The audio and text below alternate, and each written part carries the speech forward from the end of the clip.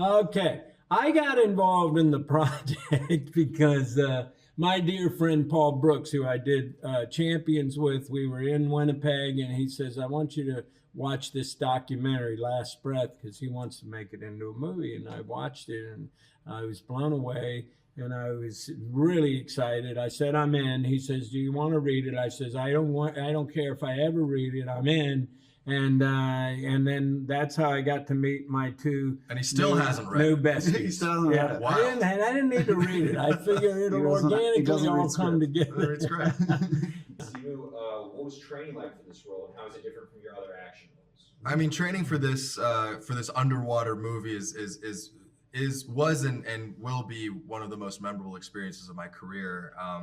You know, we had an incredible dive instructor by the name of John Garman, who, you know, very famously worked with James Cameron on The Abyss and the Avatar movies, and really just has an all-encompassing, comprehensive expertise in preparing actors to play divers and get them really good and really fast. So, you know, both Finn and I spent, 3 or 4 weeks just underwater every single day, out in the Mediterranean around Malta where we shot the film, but also in the tank where we shot the underwater scenes.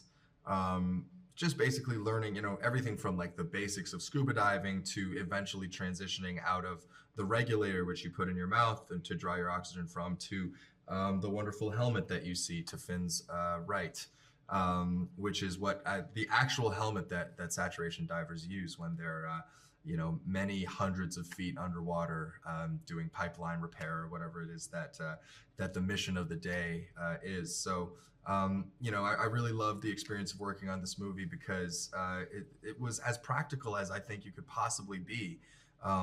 Truly, most of the underwater sequences and the shots that you see are performed by Finn and myself and are really as true to life as you can possibly get.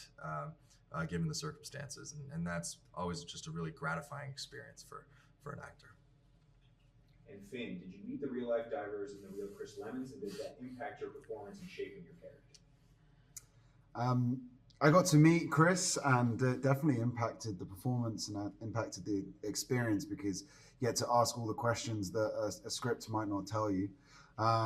Meeting Chris was inspiring, and you know, he's such a nice guy that he was very open and easy to talk to about what happened, and I believe that he's been able to talk to other people about his experience and help people through other sort of issues and struggles that they've had in life based on kind of what he went through and how he's overcome it. So, I mean, in terms of the challenge that we had to make this into a real film, it was great to know that the real people were there on hand to give advice and help us out, and it really showed in the movie because we really were able to do all the research and find out all the kind of answers that we needed.